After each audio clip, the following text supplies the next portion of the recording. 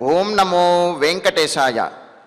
ఇంద్రవంద్యవరపాద పంకజం భక్తహృద్గతతమోరవిం ప్రభుం సంతతం శరణమాత్మదం పరం చింతయామి రఘునందనం గురుం.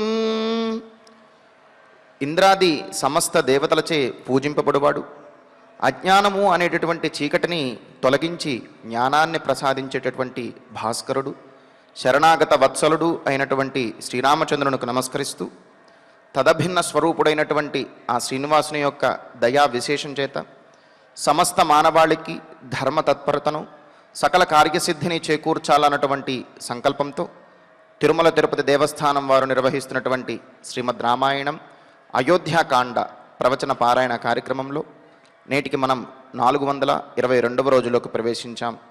ఈ కార్యక్రమంలో ముందుగా అన్నమాచార్యుల వారి సంకీర్తన అయినటువంటి రామభద్ర రఘువీర రవివంశ తిలక అనేటటువంటి సంకీర్తనను శ్రీమాన్ ఎంబి లోకనాథన్ రెడ్డి గారు, అన్నమాచార్య ప్రాజెక్టు కళాకారులు వారి బృందం యొక్క సహకారంతో ఆలపిస్తారు.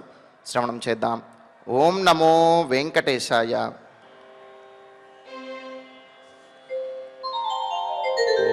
ఓం నమో వెంకటేశాయ. ఓం నమో వెంకటేశాయ.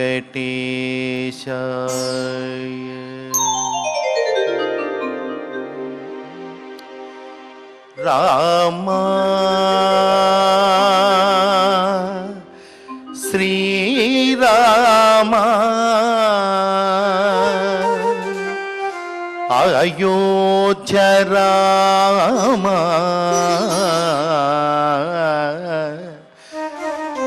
దశరథ రామా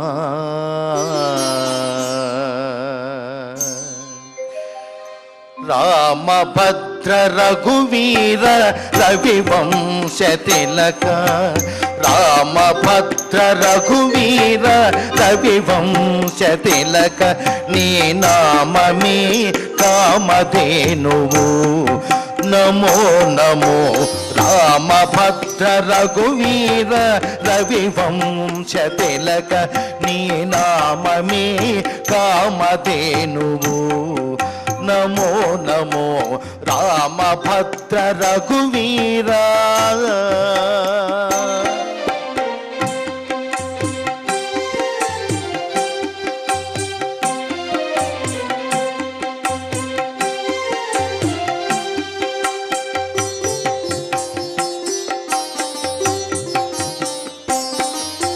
కౌశల్యానందవర్ధన ఘన దశరథ సుత కౌశల్యానందవర్ధన ఘన దశరథ సుత పాసురయజ్ఞ రక్షక భరతాగ్రజ కౌశల్యానందవర్ధన ఘన దశరథ సుత పాసురయజ్ఞ రక్షక భరతాగ్రజ రాసికెక్కు కోదండ రచన విద్యా గురువ రాసికెక్కు కోదండ రచన విద్యా గురువ వాసితో సురలు నిన్ను వడిమే చేరయ్యా రాసికెక్కు కోదండ రచన విద్యా గురువ వాసితో సురలు నిన్ను వడిమే చేరయ్యా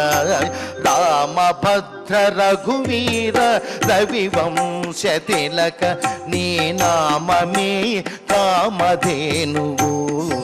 నమో నమో రామభద్ర రఘువీర.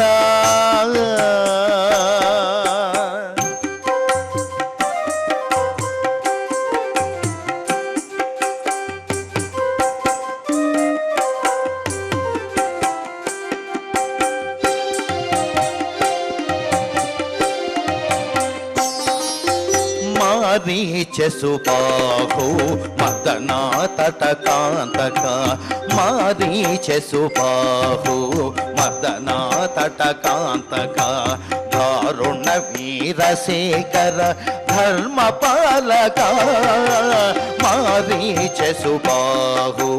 మదనా తటకాంతక కారుణ వీరశేఖర కర్మపాలక కారుణ్య రత్నాకర కాకాసుర వరద కారుణ్య రత్నాకర కాకాసుర వరద సారెకు వేద విధులు జయవేటేరయ్య కారుణ్య రత్నాకర కాకాసుర వరద సారెకు వేద విధులు జయవేటేరయ్య రామభద్ర రఘువీర రవివంశ తిలక నీ నామమే కామధేనువు నమో నమో రామభద్ర రఘువీరా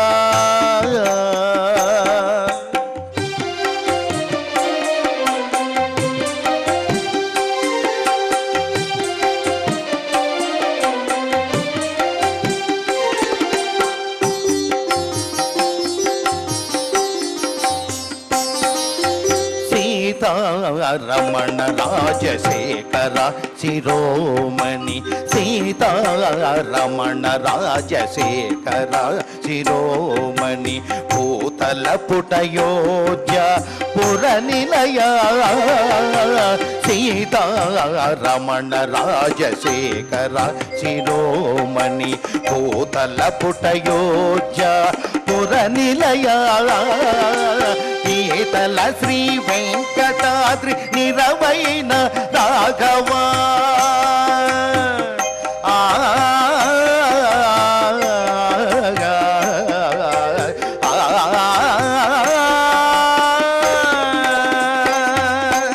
ఈతల శ్రీ వెంకటాద్రి నిరవైన రాఘవా ఈతల శ్రీ వెంకటాద్రి నిరవైన రాఘవా కాతని ప్రతాపమెల్ల కడు నిండేనయ్య ఈతల శ్రీ వెంకటాద్రి నిరవైన రాఘవా కాతని ప్రతాపమెల్ల కడు నిండేనయ్య రామభద్ర రఘువీర రవివంశ తిలక నీ నామమే కామధేనువు నమో నమో రామభద్ర రఘువీర రవివంశ తిలక నీ నామమే కామధేనువు నమో నమో రామభద్ర రఘువీర రవివంశ తిలక నీ నామమే కామధేనువు నీ నామమే కామధేనువు నీ నామమే కామధేనువు. సంకీర్తనను ఎంతో చక్కగా శ్రవణం చేశాం. ఇక ఇప్పుడు శ్రీ గురు ధ్యానపూర్వకంగా సంకల్ప వాక్యాలను అందరము కలిసి పలుకుతూ ఈ కార్యక్రమాన్ని ప్రారంభం చేసుకుందాం. శ్రీ గురు ధ్యానం. గురుర్బ్రహ్మ గురుర్విష్ణు గురుర్దేవో మహేశ్వరః గురుః సాక్షాత్ పరం బ్రహ్మ తస్మై శ్రీ గురవే నమః. శ్రీనివాస ధ్యానం. శ్రీ వెంకటాద్రినిలయః కమలాకాముకః పుమాన్ అభంగుర విభూతిర్నః తరంగయతు మంగళం. అథ సంకల్పః.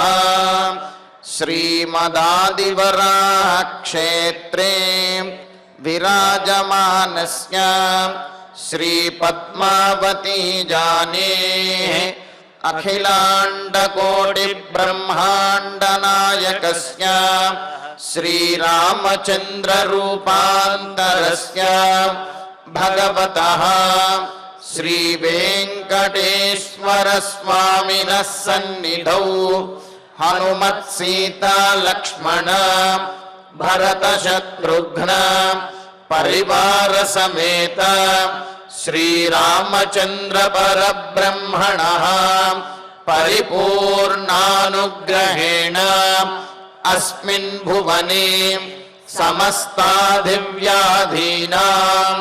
నివారణార్థం భారతవర్షే విద్యా విత్త వాణిజ్య కృషి వైద్య వైజ్ఞానిక దేశరక్షణాదిరంగేషు విద్యమానానాం ఆస్తిక మహాజనానాం సర్వేషాం సకుటుంబానాం ఆయురారోగ్యైశ్వర్య సద్బుద్ధీత్యాది సర్వశుభఫల ప్రాప్త్యర్థం ధర్మాచరణ ద్వారా శ్రీరామరాజ్యస్య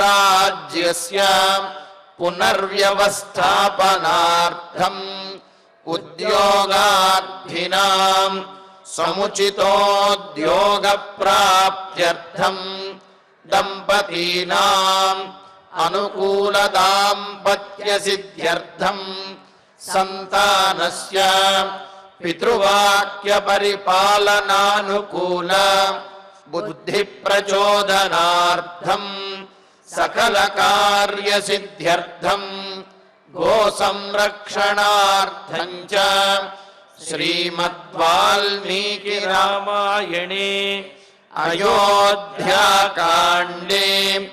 యథాశక్తి శ్లోకం వ్యాఖ్యాన పురస్సరం షట్పంచాశ సర్గ శ్లోక పారాయణం తథా శ్రీధన్వంతరి మంత్ర పారాయణం చ అన్యోన్య సాహాయ్యేన ఆచార్య ముఖేన కరిష్యామహే. శ్రీ వాల్మీకి ప్రార్థనా. కూజంతం రామ రామేతి మధురం మధురాక్షరం ఆరుహ్య కవితా శాఖాం వందే వాల్మీకి కోకిలం. శ్రీ ఆంజనేయ ప్రార్థనా. మనోజవం మారుతతుల్య వేగం జితేంద్రియం బుద్ధిమతాం వరిష్టం వాతాత్మజం వానరయూధ ముఖ్యం శ్రీరామదూతం శిరసా నమామి. శ్రీరామాయణ ప్రార్థనా. వాల్మీకి గిరి సంభూత రామసాగరగామిని పునాతి భువనం పుణ్యా రామాయణ మహానదీ. శ్రీరామ ప్రార్థనా. అయోధ్యాఖ్యేతు గుర్వర్ధే త్యక్త్వా రాజ్యం గిరౌ వసన్ పాదుకే భరతాయాదాత్ స రామః శరణం మమ. శ్రీరామచంద్ర పరబ్రహ్మణే నమః. అథ శ్రీమద్ రామాయణే ఆదికావ్యే అయోధ్యాకాండే షట్పంచాశः సర్గः. శ్రీమన్నారాయణ చరణౌ శరణం ప్రపద్యే. శ్రీమతే నారాయణాయ నమః. శ్రీరామాయ నమః. వైశ్వదేవ బలిం కృత్వా రౌద్రం వైష్ణవమేవ చ వాస్తు సంశమనీయాని మంగళాని ప్రవర్తయన్.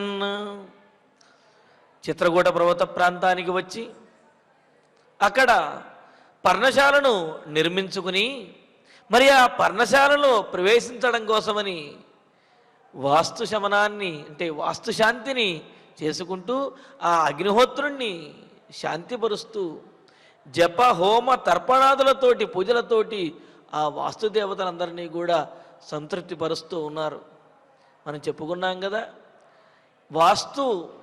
వాస్తుని శాంతి చేసి శాంతపరచి ఆ తర్వాత కనుక గృహంలో ప్రవేశించినట్లయితే అటువంటి గృహంలో ఆ యజమానికి ఆ కుటుంబంలోని వారికి ఆయుర్వృద్ధి అనేది కలుగుతుంది అని, రోగబాధలు ఉండవని, అదేవిధంగా ఆ బంధువుల యొక్క ఇబ్బందులు కూడా ఎటువంటివి ఉండవు అని చెప్పి అనేక ప్రయోజనాలు మనం చెప్పుకున్నాం. అలాగే మరి ఆ వాస్తు శమనంలో భాగంగా రామచంద్రమూర్తి చక్కగా నదిలో స్నానం చేసినటువంటి వాడై వైశ్వదేవ బలింగుత్వా రౌద్రం వైష్ణవమేవచ, వైశ్వదేవుల్ని విశ్వేదేవతలకు సంబంధించినటువంటి బలిహరణ, ఆ పూజ కార్యక్రమములను, అగ్నిహోత్రములలో ఆహుతులను సమర్పించడము మొదలైనవన్నీ కూడా చేశారు. ఇక్కడ ముఖ్యంగా ఈ వైశ్వదేవ బలి వీటి ద్వారా శత్రు వినాశనం అనేది కలుగుతుంది అని చెప్తూ మరి అక్కడ క్రవ్యాదమగ్నిం ప్రహిణోమి దూరం అని చెప్పి అంటూ మనకు వేదంలో తెలియజేస్తున్నారు. ఇలాగా అగ్నిలో ఆహుతులను సమర్పిస్తూ ఉన్నారు. ఎవరైతే మా శత్రువులు ఉంటారో వాళ్ళు ఉపశమించెదరుగాక, ఇంకా కాస్త రెచ్చిపోయిన వారైతే యమరాజ్యం గచ్చతు అని చెప్పి అంటూ, ఎవరైతే మాకు ద్రోహం చెయ్యాలి అని చెప్పి, అధర్మంగా మమ్మల్ని పీడించాలి అని చెప్పి మా మీద దాడి చేయాలని ప్రయత్నిస్తారో వారు యమసదనానికి చేరుదురుగాక అని చెబుతూ ఇలాగా మరి వైశ్వదేవ బలిని వాటిని సమర్పిస్తారన్నమాట. ఇలాగా గృహప్రవేశ సమయంలో ఆ గృహములో ఏ అరిష్టములైతే ఉంటాయో సకల అరిష్టములు కూడా, దోషములు కూడా తొలగిపోవటానికి, అలాగే ఏవైతే మనం ప్రశాంతంగా నివసించడానికి కావాలో అవన్నీ కూడా సిద్ధించడం కోసము అని వాస్తుశాంతిని చేసుకోవాలి అని మనకు వాస్తు విద్యలో తెలియజేశారు. ఆ విధంగా రౌద్రం వైష్ణవమేవచ, రుద్రదేవతాకమైనటువంటి యాగములను, వైష్ణవమేవచ అలాగే విష్ణుదేవతాకమైనటువంటి యాగములను కూడా చేశారు. మరి పరమేశ్వరుడు విద్యాప్రదాతగాను, అలాగే మహావిష్ణువు ఐశ్వర్యప్రదాతగాను, ఇలాగ మనకు అనేక పురాణాల్లో వాటిలో చెప్పారు కదా. కావున గృహములో మనకు సకల ఐశ్వర్యములు, అష్టలక్ష్ములు ఇవన్నీ కూడా సిద్ధించాలి అంటే మనం ఏవైతే కోరుకుంటామో, ఏవైతే ధర్మపరమైనవి ఉంటాయో అవన్నీ సిద్ధించడం కోసము, దోషములు పోవటం కోసమని ఈ విధంగా రుద్రదేవతాకమైన విష్ణుదేవతాకమైనటువంటి యాగములను చక్కగా చేసి వాస్తు సంశమనీయాని మంగళాని, వాస్తును ఉపశమింపజేయటానికి నిన్న మనం చెప్పుకున్నాం. మరి ఆ భృగు మహర్షి యొక్క క్రోధము నుండి ఉద్భవించినటువంటి ఆ వాస్తు పురుషుడు ఎవరు కనిపిస్తే వారిని విపరీతమైనటువంటి ఆకలితోటి కనిపించిన వారందరినీ కూడా కబళించి వేస్తూ ఉన్నాడు. దేవతలెవరూ కూడా తట్టుకోలేకపోయారు, వాళ్ళు కూడా భరించలేకపోయారు. దేవతలందరూ కలిసి ఒక్కసారిగా ఆయనను పడదోస్తే భూమి మీద ఆయన ఈశాన్యం వైపుకి శిరస్సు ఉండే విధంగాను, అదేవిధంగా నైరుతికి పాదములు వచ్చే విధంగాను, రెండు భుజములు రెండు చేతులు కూడా ఒకటి ఆగ్నేయానికి మరొకటి వాయువ్యానికి వచ్చే విధంగా అలా బోర్లా పడ్డాడు భూమి మీద. భూమిని మొత్తాన్ని కూడా ఆక్రమించినట్లయిపోయింది. ఆ రౌద్రం ఏదైతే ఉన్నదో అది రాక్షస శక్తిలాగా ఈ భూమండలాన్ని ఆవరించేసింది. దానితోటి మరి ఈ భూమి మీద నివసించాలి అంటే, కొత్తగా మనం ఏదైనా గృహాన్ని నిర్మించుకున్నాము అంటే ఆ ఉపశమనం చేస్తేనే మనం ప్రశాంతంగా నివసించగలుగుతాం. అలా ఉపశమనం చెయ్యనప్పుడు ఆ విధమైనటువంటి అంటే ఏమిటి, రాక్షస పీడలాగా, అలాగే మానసిక ప్రశాంతత లేకుండా ఆ విధంగా ప్రశాంతంగా జీవించలేకుండా ఉంటాం. అందుకనే ఈ వాస్తు శమనం చెయ్యాలి అని చెప్పి అంటూ అందుకనే చెబుతున్నారు, ఈశాన కోణాదారభ్య ఏకాశీతి పదే యజేత్ అని చెబుతూ ఈశాన్య వాస్తు పురుషుణ్ణి ఈశాన్య కోణం మొదలుకొని ఏకాశీతి పదే 81 స్థానములను నిర్దేశించారు వాస్తుశాస్త్రంలో. ఆ అన్నింటి యందు కూడా వాస్తు పురుషుణ్ణి ఆరాధన చెయ్యాలి అని చెప్పి అంటూ మరి ఆవాస వాసవేష్మాదౌ పురే గ్రామే వణిక్పథే, ఇది కేవలము మనం వైయక్తికంగా నిర్మించుకునేటటువంటి వ్యక్తిగతమైన గృహం విషయంలోనే కాదు, ఏదైనా నూతనమైనటువంటి సామూహికంగా కావలసినటువంటిది చేస్తున్నా, లేకపోతే ఒక గ్రామాన్ని కానీ, లేకపోతే గ్రామే వణిక్పథే ఒకనొక ఈ మనం చెబుతుంటారు కదా షాపింగ్ మాల్స్ అని కానీ, లేకపోతే వ్యాపార స్థలములది వ్యాపార గృహములు నిర్మిస్తున్నప్పటికీ కూడా ప్రాసాద ఆరామ దుర్గేషు, లేకపోతే రాజులకు సంబంధించినటువంటి దుర్గములు కోటగోడలు వీటిని నిర్మించినప్పటికీ ప్రాసాదములు కానీ అంటే ప్రాసాదో దేవభూభుజాం అని చెప్పినట్లుగా దేవతలకు సంబంధించినటువంటి రాజులకు సంబంధించినటువంటి భవనములు కట్టేటప్పుడు కానీ, దేవాలయములు కానీ మఠములు కానీ ఏవి నిర్మిస్తున్నప్పటికీ కూడా వాస్తుశాంతి అనేది చెయ్యాలి అని మనకు గరుడ పురాణంలో కూడా చక్కగా నిర్దేశించారు. మరి ఇన్ని రకాలుగా వాస్తు పురుషుణ్ణి ఉపశమింప చెయ్యాలి అని ఇన్ని రకాలైనటువంటి ప్రమాణాలు మనకు పురాణాల్లో తెలియజేస్తున్నారు. అందుకనే రామచంద్రమూర్తి కూడా తాను నిర్మించుకున్నటువంటిది ఆ చిత్రకూటంలో ఒక పర్ణశాల, కర్రలతోటి ఆకులతోటి వీటితో నిర్మించుకున్నది. అయినప్పటికీ కూడా నివసించడానికి నిర్మించుకున్నాడు కావున అందులో వాస్తు శమనం అనేది చేయాలి. అందులో ఉన్నటువంటి గృహంలో ఉండేటటువంటి దేవతలు ఎవరైతే ఉంటారో, గృహము అంటే కేవలము అది భౌతికమైనటువంటి ఒక కట్టడము కాదు, దేవతలకు కూడా నిలయమై ఉంటుంది. ఆయా స్థానములలో ఆయా దేవతలు ఉంటారు. వారిని తృప్తిపరిచినప్పుడే ఆయా స్థానములలో మనం పొందవలసిన వాటినన్నిటినీ కూడా పొందగలుగుతాము అని అంటున్నారు.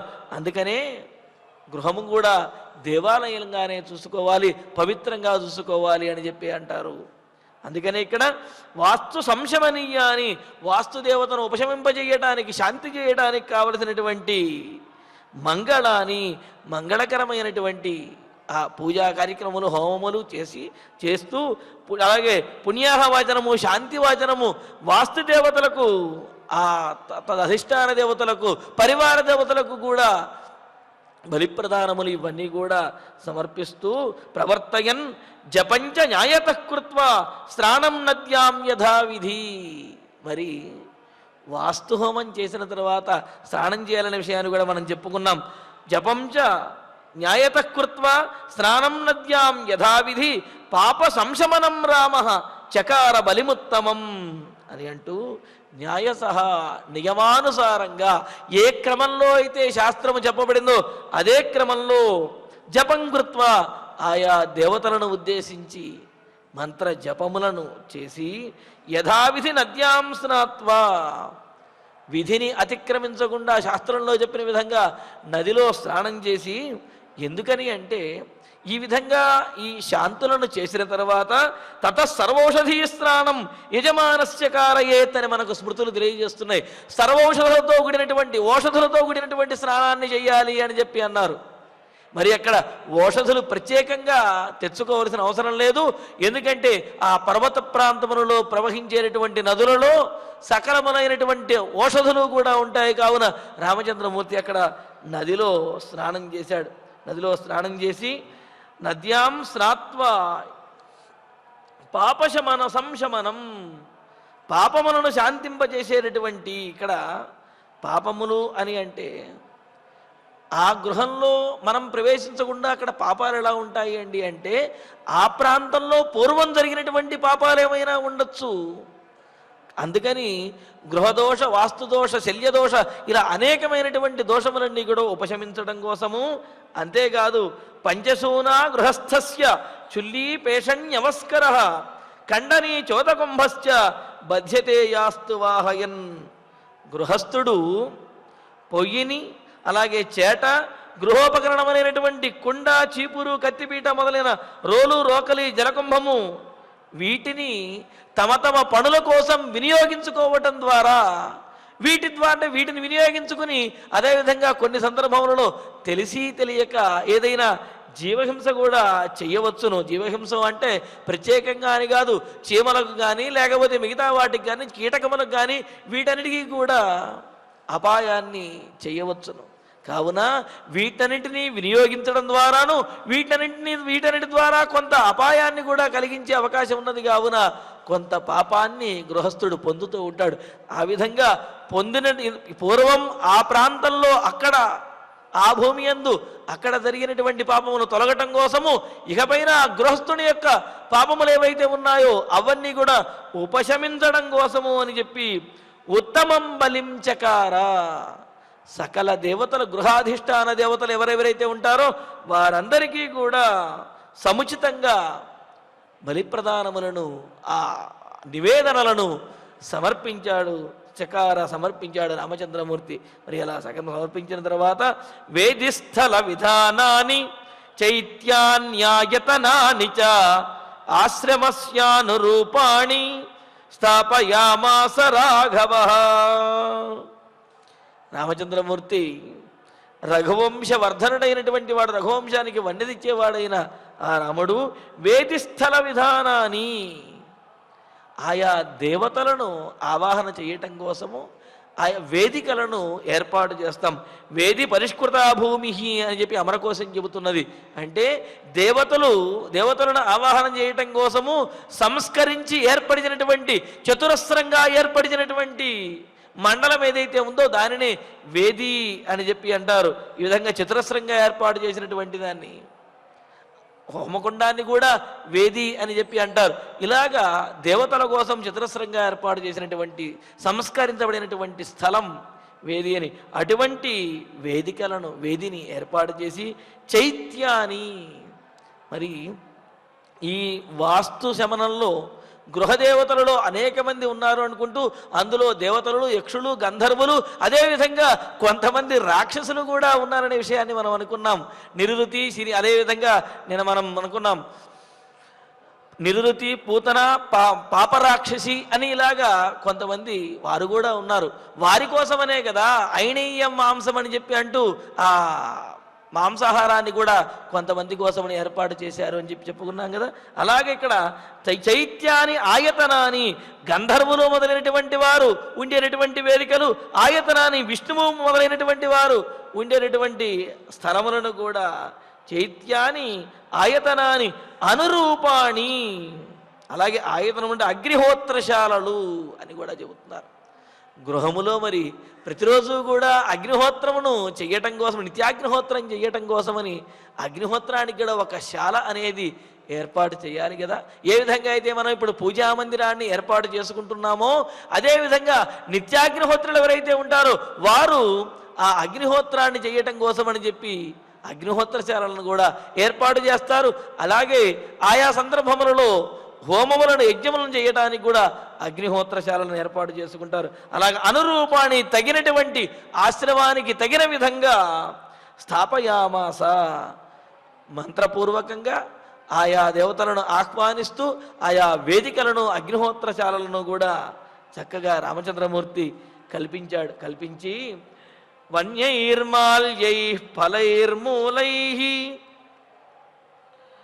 వన్యైర్మాల్యై ఫలై మూలై పక్వైర్మాంసైర్యథా విధి అద్భిర్జపైశ్చ వేదోక్తై దర్భైశ్చ ససమిత్కుశై. వన్యై, అలాగే అడవిలో దొరికేటటువంటి మాల్యై, ఫలై, మూలై, పక్వై, మాలలతోటి పండినటువంటి, అదేవిధంగా కందమూలములతోటి పండినటువంటి ఫలములతోటి, మాంసై, కొంతమంది ఆ రాక్షసాంశ కలిగినటువంటి వారి కోసమని చెప్పి మాంసై, మాంసములతోనూ కూడా, అద్భి, ఉదకములతోటి, అలాగే వేదోక్తై జపైశ్చ, వేదములలో నిర్దేశించినటువంటి ఆయా దేవతలకు సంబంధించినటువంటి మంత్రోచ్చారణ పూర్వకంగా జపములతోటి, సమిత్కుశై, సమిధలతోటి, కుశలతోటి కూడా, దర్భైశ్చ యథావిధి, దర్భలతోటి అంటే జపములు, పూజలు, తర్పణములు, హోమములు, వీటన్నింటితోటి కూడా, అంటే ఆ వినియోగించేటటువంటి వస్తువులు ఒక్కొక్క దానికి వినియోగపడుతూ ఉంటాయి. వీటన్నిటితోటి కూడా తౌతర్పయిత్వా భూతాని రాఘవౌ సహ సీతయా తదా వివిశతుశాలాం సుశుభాం శుభలక్షణౌ. ఈ విధంగా భూతాని, సమస్తమైనటువంటి ప్రాణులను, అక్కడ ఆ గృహంలో ఉన్నటువంటి ప్రాణులన్నింటినీ కూడా తర్పయిత్వా, తృప్తి పొందించి, ఆ దేవతలందరినీ తృప్తి పొందించి, శుభలక్షణౌ రాఘవౌ, శుభప్రదమైనటువంటి ప్రశాంతమైనటువంటి చిత్తంతో ఉన్న, ఆనందంతో ఉన్నటువంటి రామలక్ష్మణులు ఇరువురు కూడా సీతయా సహా, మరి సీతాదేవితో కూడి, సుశుభాం శాలాం వివిశతు, శుభప్రదమైనటువంటి ఆ శాలలోకి, తాము నిర్మించుకున్నటువంటి ఆ పర్ణశాలలోకి చక్కగా ప్రవేశించారు. ఈ విధంగా ఆనందకరంగా ఆ శాలను నిర్మించుకుని, ఆ శాలలో ఉండేటటువంటి సమస్తమైనటువంటి గ్రహాధిష్టాన దేవతలకు, అదేవిధంగా వాస్తుదేవతలకు అందరికీ కూడా శాంతిని చేసి పూజించి హోమముల ద్వారా తృప్తిపరచి, ఆ తరువాత చక్కగా సీతారామ లక్ష్మణులు శుభప్రదమైనటువంటి, మంగళప్రదమైనటువంటి ఆ శాలలోకి ప్రవేశించారు. ప్రవేశించి తాం వృక్షవర్ణచ్చదనాం మనోజ్ఞాం యథా ప్రదేశం సుకృతాం నివాతాం వాసాయ సర్వే వివిషుస్సమేతాః సభాం యథా దేవగణాః సుధర్మాం. మరి దేవతలందరూ కూడా సుధర్మ అనే దేవసభలోకి దేవసభ నిర్వర్తించబడేవి ఏవైతే ఉంటాయో అవన్నీ కూడా లోక కళ్యాణకరములు. ఎందుకంటే వాళ్ళు లోకపాలకులు కావున ఈ లోకములలో వర్షములు ఏ విధంగా కురిపించాలి, పంటలు ఏ విధంగా పండించాలి, ఎవరికి ఏ విధమైనటువంటి అవసరములు ఉన్నాయి వాటిని తీర్చాలి అని చెప్పి దేవతలందరూ కూడా అక్కడ చర్చిస్తూ ఉంటారు. అంటే లోక కళ్యాణకరమైనటువంటి వ్యవహారములన్నీ కూడా ఆ దేవసభలో జరుగుతాయి. ఆ దేవసభకి సుధర్మ అని పేరు. అటువంటి సుధర్మ అనే దేవసభలోకి దేవతలు ప్రవేశించినట్లుగా సీతారామ లక్ష్మణుడు ఆ పర్ణశాలలోకి ప్రవేశించాడు. చూడండి, ఇక్కడ పర్ణశాలను దేవలోకంతో దేవసభతోటి పోల్చాడు.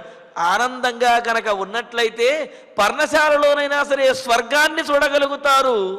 ఆ ఆనందమే తృప్తి లేనప్పుడు స్వర్గంలోనైనా సరే సుఖాన్ని పొందలేరు, మేడలలో మిద్దెలలో ఉన్నా సరే ఆనందాన్ని పొందలేరు అనేది దీని ద్వారా తెలుస్తున్నది. అందుకనే చూడండి, వృక్ష పర్ణచ్ఛదనాం, చెట్ల యొక్క ఆకులతోటి కొమ్మలతోటి కప్పబడినటువంటిది, మనోజ్ఞాం, చూడటానికి చాలా సుందరంగా చల్లగా ఉన్నటువంటిది, యథాప్రదేశం సుకృతం, అలాగే యథాప్రదేశం శాస్త్రంలో చెప్పినట్లుగా ఏ స్థానంలో ఏ విధమైనటువంటి పని చేయాలో, ఏ స్థానంలో ఏ గదులు ఉండాలో ఆ విధంగా యథాప్రదేశంగా నిర్మించబడినటువంటిది. అంటే ప్రదేశాన్ని అతిక్రమించకుండా పాకశాల, శయనశాల మొదలైనవన్నీ కూడా ఏర్పాటు చేయబడినటువంటిదైన సుకృతాం, చక్కగా నిర్మించబడిన, నివాతాం, అధికమైనటువంటి గాలి లేదు, అలానే గాలి రాకుండాను ఉండటం లేదు. చూడండి, ఇంత పూర్వం నుండి కూడా గృహాన్ని నిర్మించుకునేటప్పుడు ఎన్ని జాగ్రత్తలు తీసుకోవాలి అని చెప్పి, గాలి కావాలి కదా అని చెప్పి ఎక్కువగా పెద్ద పెద్ద కిటికీలు పెట్టేస్తే ఇంట్లో దీపారాధన చేసుకునే అవకాశం కూడా ఉండదు, అంతటి గాలి వచ్చేస్తూ ఉంటుంది. అలా అని చెప్పి చిన్న చిన్నవి పెడితే ఇంట్లో ఉక్కపోతది ఎక్కువగా ఉంటుంది. కావున ఎంత అయితే వాతం అంటే ఆ గాలి రావాలో ఆ విధంగా నివాతాం, అధికమైనటువంటి అల్పమైనటువంటి గాలి లేకుండా సమతలంగా ఎంత గాలి రావాలో ఆ విధమైనటువంటి గాలి వచ్చే విధంగా నిర్మించబడింది, ఆవరణ కలిగినది. తాం ఆ పర్ణశాలను సర్వే సమేత, సీతారామ లక్ష్మణులు ఆ ముగ్గురు కూడా, అంటే తమకు అందుబాటులో ఉన్నటువంటి బంధువులందరితోటి, తమ కుటుంబంలో వారందరితోటి కూడా కలిసి ఇలాగ గృహప్రవేశం అనేది చేయాలి అని రామచంద్రమూర్తి మనకు బోధిస్తూ ఉన్నాడు. సర్వే సమేత, సీతారామ లక్ష్మణులు ముగ్గురు కూడా కూడినటువంటి వారై సుధర్మాం సభాం దేవగణా, సుధర్మ అనే దేవసభను దేవగణములందరూ కూడా ఆనందంగా ప్రవేశించినట్లుగా. ఎందుకు అంటే ఆ దేవలోకంలో అంతా సుఖమే, అంతా ధర్మమే, అంతా లోక కళ్యాణం కోసమే జరుగుతుంది. కావున ఇక్కడ కూడా అంతా సుఖంగా ఉండటం కోసం, ధర్మాన్ని ఆచరించడం కోసం, లోక కళ్యాణకరమైనటువంటి కార్యములను, ఘనకార్యములను సాధించడం కోసమే కదా రామచంద్రమూర్తి మరి వనవాసానికి వచ్చినది. మరి వీటినన్నింటినీ సాధించడం కోసం అన్నట్లుగా ఆ పర్ణశాలలోకి ప్రవేశిస్తూ ఉన్నాడు. సుధర్మాం సభాం దేవగణా వాసాయ వివిషు, దేవతలు ఆ సభలోకి ప్రవేశించినట్లుగా వీరు పర్ణశాలలోకి ప్రవేశించారు అని చెప్పి ఇక్కడ యథాప్రదేశం అన్నప్పుడు మనందరికీ కూడా సామాన్యంగా తెలిసినటువంటి విషయములే.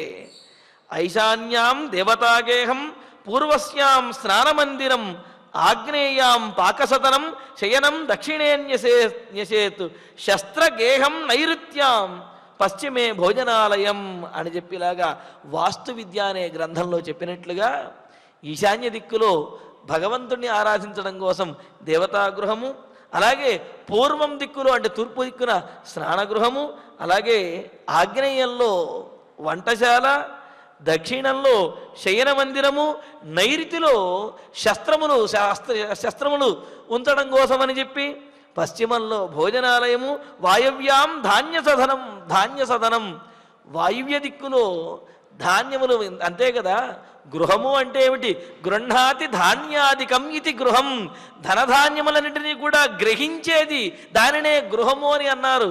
అందుకనే మనం పూర్వం గమనించినట్లయితే ఇళ్లలో తప్పనిసరిగా ధాన్యపు రాసులు ఉండేవి, అలాగే వాటితో పాటుగా ధనరాశులు కూడా ఉంటూ ఉండేవి. ఇలాగా మరి ఆ వాయువ్య దిక్కులోనేమో ధాన్య సదనం భాండాగారం తథోత్తరే, కుబేర దిక్కులో ఈ కోశాగారం మొదలైనటువన్నీ కూడా ఉండాలి అని చెప్పి ఏ విధంగా అయితే శాస్త్రంలో నిర్దేశించారో ఆ విధంగా తాము నిర్మించుకున్నటువంటి పర్ణశాలల్లోనే ఆయా ప్రదేశాలలో ఆయా కార్యక్రమములకు ఆయా వస్తువులు ఉంచడం కోసము వీరు నిర్దేశించి యథాప్రదేశం శాస్త్రంలో చెప్పిన విధంగా ఆ పర్ణశాలలోనే ఆ ఆకులతోటి అలాగే కర్రలతోటి నిర్మించుకున్నటువంటి పర్ణశాలలోనే సమస్తమైనటువంటి వాస్తు నియమములను కూడా పాటిస్తూ వారు నిర్మించుకున్నటువంటి ఆ శాలలోకి ఆనందంగా ప్రవేశించారు సీతారామ లక్ష్మణులు. అనేక నానా మృగపక్షి సంకులే విచిత్ర పుష్పస్తబకైర్ద్రుమైర్యుతే వనోత్తమే వ్యాళ మృగానునాదితే తదా విజహ్రు సుసుఖం జితేంద్రియా. ఇంకా చిత్రకూట పర్వత ప్రాంతం ఎంత ఆనందకరంగా ఉన్నది అనేది మనం ఆ ప్రాంతానికి వస్తున్న సందర్భంలో రామచంద్రమూర్తి వర్ణించినటువంటి సందర్భంలోనే తెలుసుకున్నాం. అనేకమైనటువంటి పక్షులు కూస్తూ ఉంటే చాలా మనోహరంగాను చాలా సాత్వికంగాను ప్రశాంతంగాను ఉన్నది అక్కడ. అందుకని అనేక నానా మృగపక్షి సంకులే, అసంఖ్యాకమైనటువంటి అనేక రకాలైనటువంటి జంతువులతోటి పక్షులతోటి కూడా నిండినటువంటిది.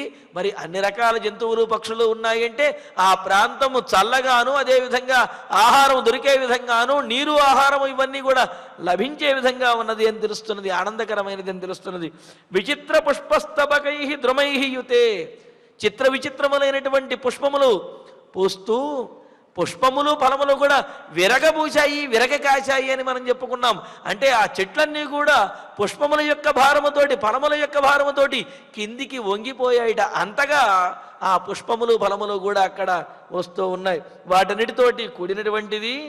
అంతేకాదు వ్యాళ మృగానునాదితే, మదించినటువంటి ఏనుగులతోటి వాటి యొక్క ఘీంకారములతో ఉన్నటువంటిది.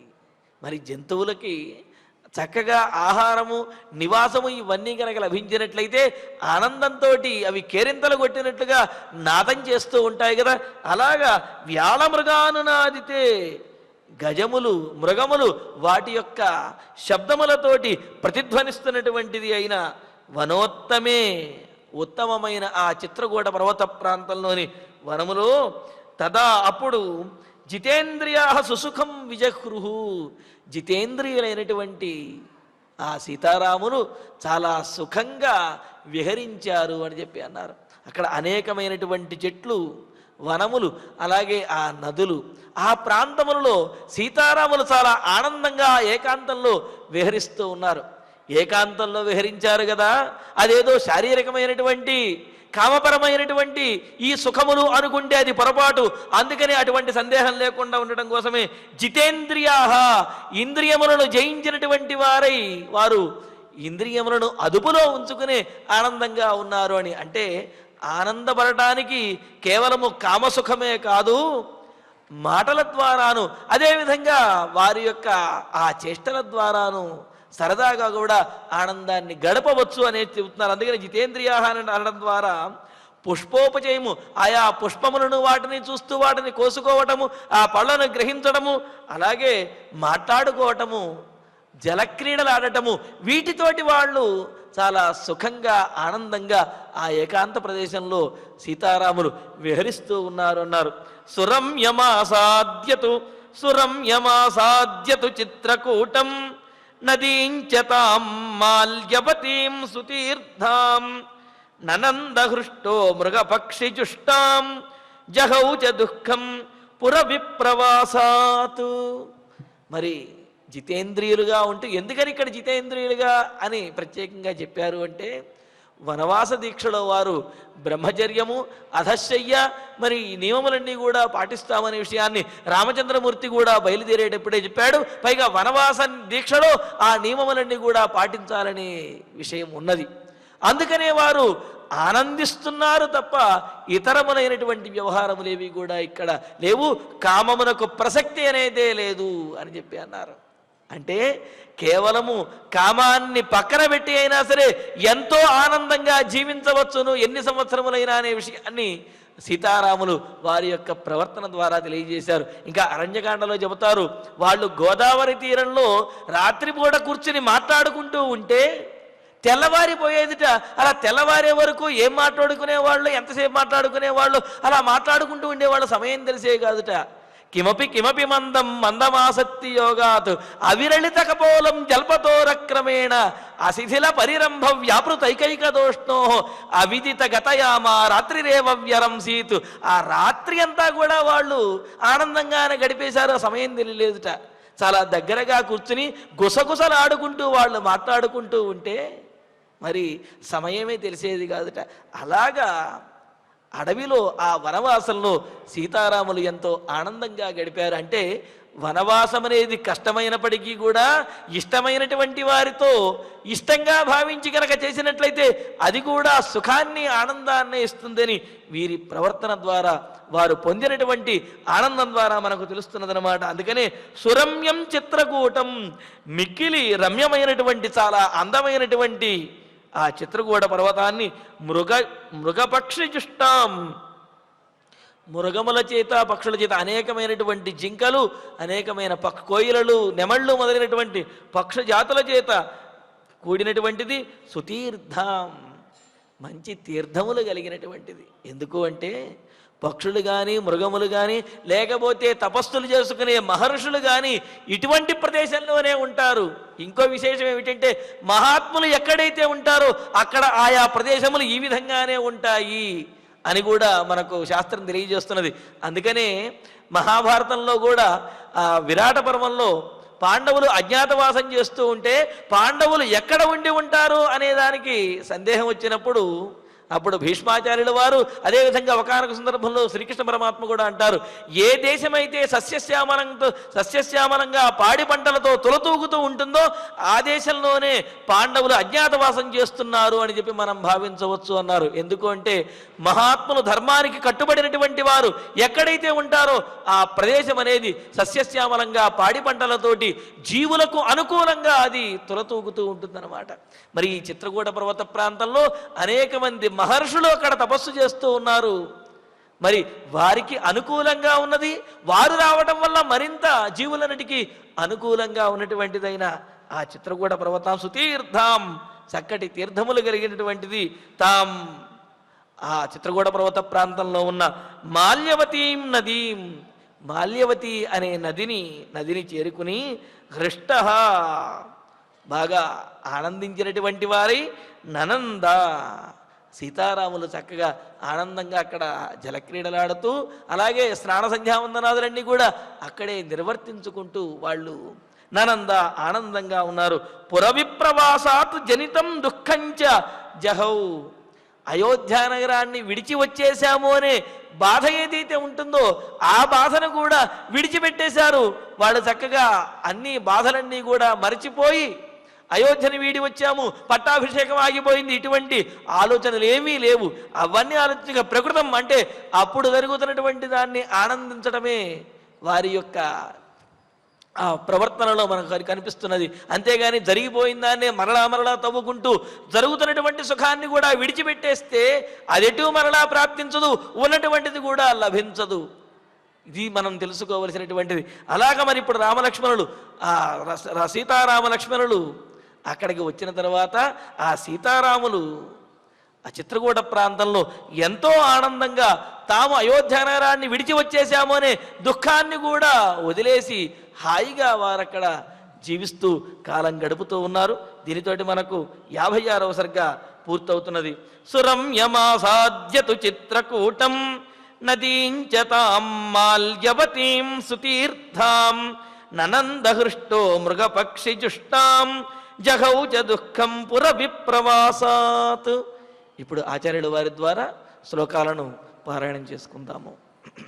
వైశ్వదేవ బలిం వైశ్వదేవ బలిం కృత్వా కృత్వా రౌద్రం రౌద్రం వైష్ణవమేవ చ వైష్ణవమేవ చ వాస్తు వాస్తు సంశమనీయాని సంశమనీయాని వాస్తు సంశమనీయాని వాస్తు సంశమనీయాని మంగళాని మంగళాని ప్రవర్తయన్ ప్రవర్తయన్ జపంచ జపంచ న్యాయతః కృత్వా న్యాయతః కృత్వా స్నాత్వా నద్యాం స్నాత్వా నద్యాం యథావిధి యథావిధి పాప సంశమనం పాప సంశమనం రామః రామః చకార చకార బలిముత్తమం బలిముత్తమం వేదిస్థల వేదిస్థల విధానాని విధానాని వేదిస్థల విధానాని వేదిస్థల విధానాని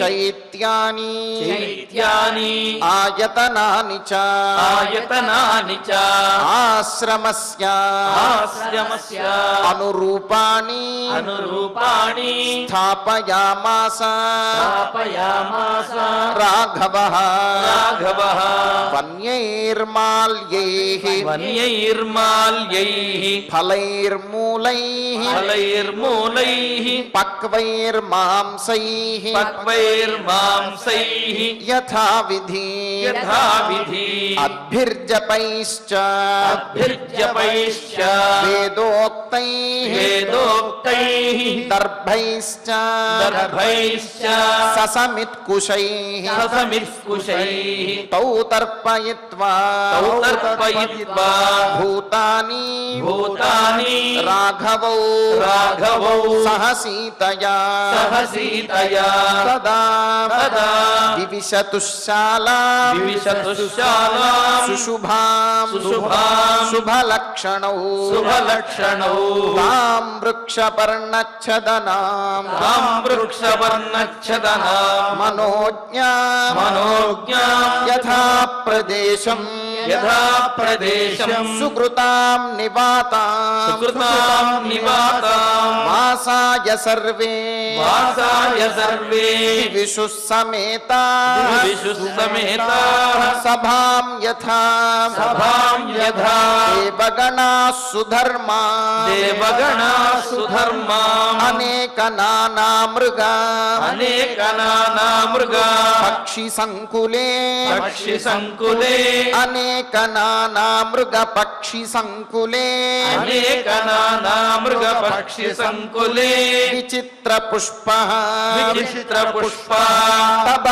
స్తబకైర్ద్రుమైర్యుతే స్తబకైర్ద్రుమైర్యుతే విచిత్ర పుష్పస్తబకైర్ద్రుమైర్యుతే విచిత్ర పుష్పస్తబకైర్ద్రుమైర్యుతే వనోత్తమే వనోత్తమే వ్యాల మృగానునాదితే వ్యాలమృగానునాదితే తదా విజహ్రుః తదా విజహ్రుః సుసుఖం జితేంద్రియా సుఖం జితేంద్రియాః సురమ్యమాసాద్యతు సురమ్యమాసాద్యతు చిత్రకూటం చిత్రకూటం నదీంచతాం నదీంచతాం మాల్యవతీం సుతీర్థాం మాల్యవతీం సుతీర్థాం ననందహృష్టః ననందహృష్టః మృగపక్షిజుష్టా మృగపక్షిజుష్టా జహౌ చ దుఃఖం జహౌ చ దుఃఖం పురవిప్రవాసాత్ పురవిప్రవాసాత్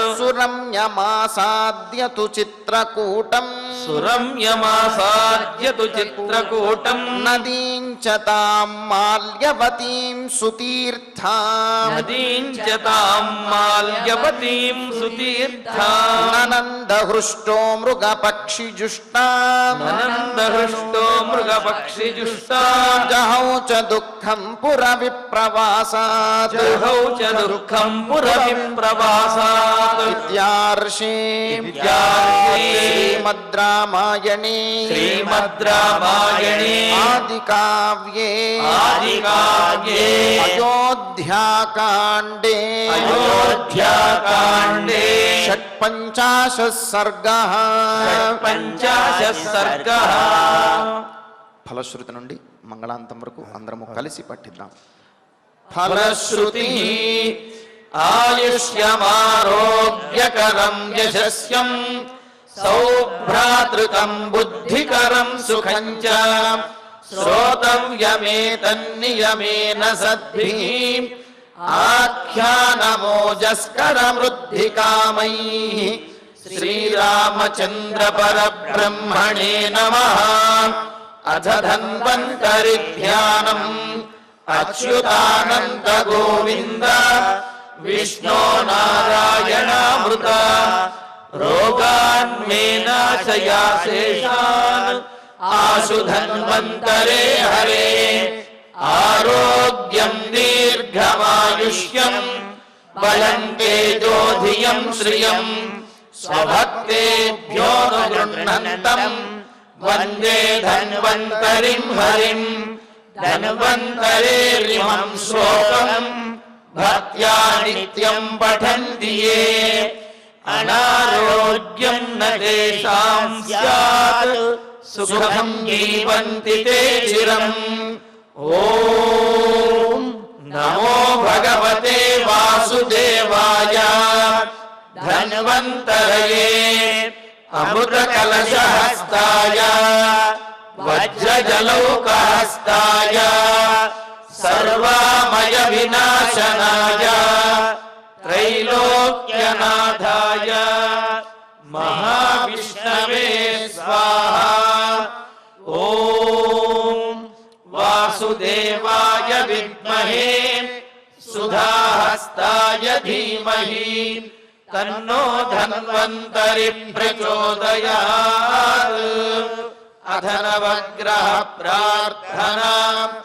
ఆరోగ్యం పద్మబంధుర్వితరతు నితరాం సంపదం శీతరశ్మిః భూలాభం భూమిపుత్రః సకల గుణయుతాం వాగ్విభూతిం చ సౌమ్యః సౌభాగ్యం దేవమంత్రీ రిపుభయశమనం భార్గవః శౌర్యమార్గిః దీర్ఘాయుః సైంహికేయః విపులతరయశః కేతుః ఆచంద్రతారం.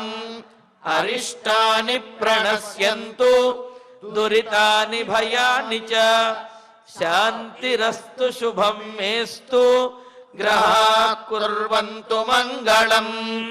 అథ క్షమా ప్రార్థనా. యదక్షరపదభ్రష్టం మాత్రాహీనం చ యద్భవేత్ తత్సర్వం క్షమ్యతాం దేవ నారాయణ నమోऽస్తు తే. అథ భగవత్సమర్పణం. కాయేన వాచా మనసేంద్రియైర్వా బుద్ధ్యాత్మనా వా ప్రకృతే స్వభావాత్ కరోమి యద్యత్ సకలం పరస్మై నారాయణాయేతి సమర్పయామి. అథ మంగళం శ్రియః కాంతాయ కళ్యాణ నిధయేర్థినాం శ్రీవేంకట నివాసాయ శ్రీనివాసాయ మంగళం.